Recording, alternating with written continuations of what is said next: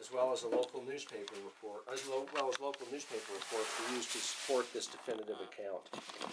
The 1922 climb by the original Frozen Five climbers was not their first foray to the top of Pikes Peak in winter, nor on New Year's Eve. It's established that Ed and Fred Morath climbed Pikes Peak on New Year's Eve in 1920 as well as 1921. The brothers, both highly skilled mountaineers and members of the Pikes Peak branch of the Colorado Mountain Club, had climbed most of the major peaks of North America.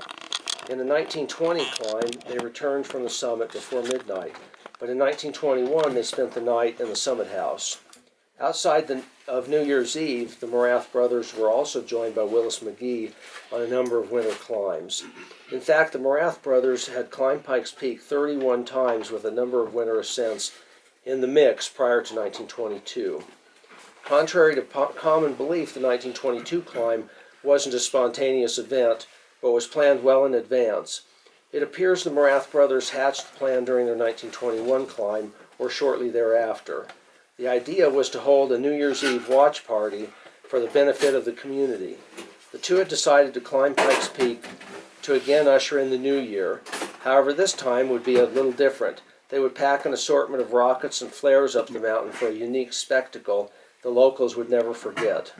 The Morath brothers arranged for the Gazette to sponsor and promote the event. It would be called the Gazette Pikes Peak Watch Party. As of December 16, 1922, the brothers and the Gazette had completed a general plan for the event. In a front-page headline, the newspaper reported on the plan, which included time of departure and some flare and rocket details. By December 24, 1922, the brothers had selected the third member of the party, Fred Barr. Fred, best noted as the builder of Barr Trail, was well known locally as the trail wizard of the Pikes Peak region. Plans were in the works to add an as-yet identified fourth member to the climbing party. The planned route was along the Cog Railway. On or close to December 22, 1922, a scouting climb reported finding snow depths along the route from 5 to 15 feet deep. The fireworks for the event had been ordered by a local businessman, John W. Garrett, and arrived on December 27, 1922. I should mention that John Garrett was the seventh member of the club, 2 years after they started adding. As the new year approached, the reported plan expanded, with Garrett doing a related fireworks display from the roof of the Gazette building.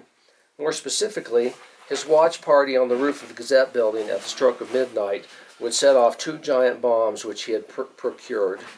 Other newspapers in the state, especially those of Denver, picked up the story with interest and also published plans for the event.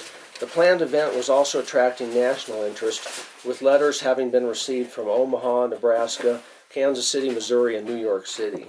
By December 28, 1922, the brothers had added the remainder of the climbing party, Harry Stanley and Willis McGee.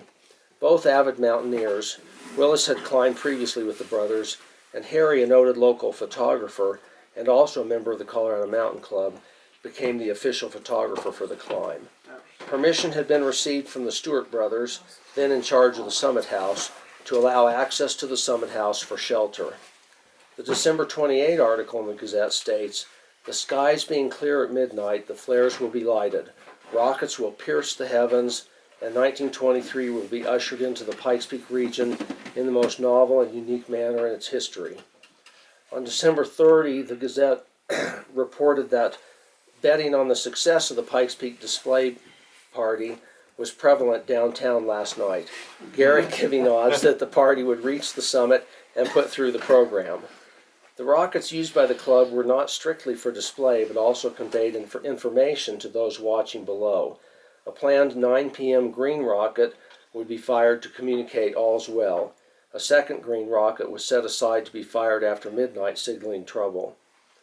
Carrying 175 pounds of powder, flares, and food, the climbing party departed Manitou Springs at 6 a.m. on Sunday, December 31st.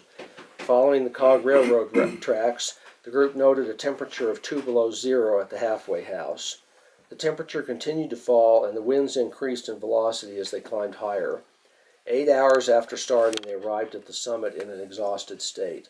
They reported that the last 2 miles of their ascent took 3 hours to complete, due to extreme winds and ice-covered stretches. At one point, the force of the wind nearly blew Willis McGee over the cliff. The Gazette reported Fred Morath had completed his 36th ascent, including 10 on New Year's Eve, declaring the blizzard surpassed anything he had ever experienced. The group were certain that, had they not had access to the summit house, they would have perished in the elements. As the day progressed, however, the weather began to clear, and the group was indeed able to shoot the planned fireworks show. A green rocket was fired at 9 p.m.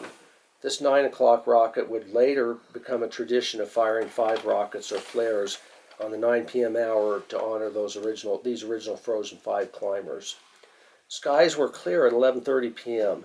Unfortunately, a few minutes later, the blizzard returned, much to the consternation of the party. Though the blizzard lasted only 30 minutes and past midnight, the group chose to set off their flares and rockets anyway. Though the rockets achieved heights of 500 feet above the summit, the cloud cover on the mountain kept them from being seen from below. Ed Morath and Fred Barr were in charge of firing the rockets, while the other 3 men lit the flares that they had placed in a semicircle across the east face of the summit. The first of these had to be started by live coals carried from the summit house stove.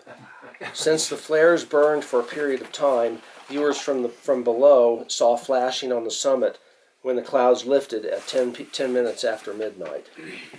When the new year arrived and after they completed the display, the men signed the summit house register as the Gazette watch party.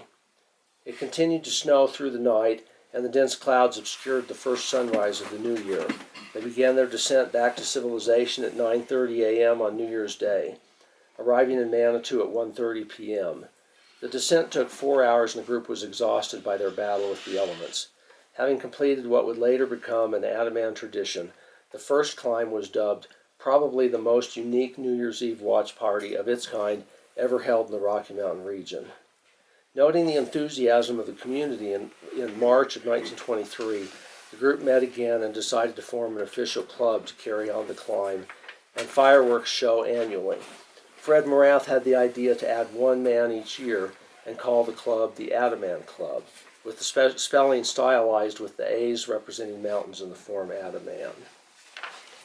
So that's basically right now our official AdAmAn history.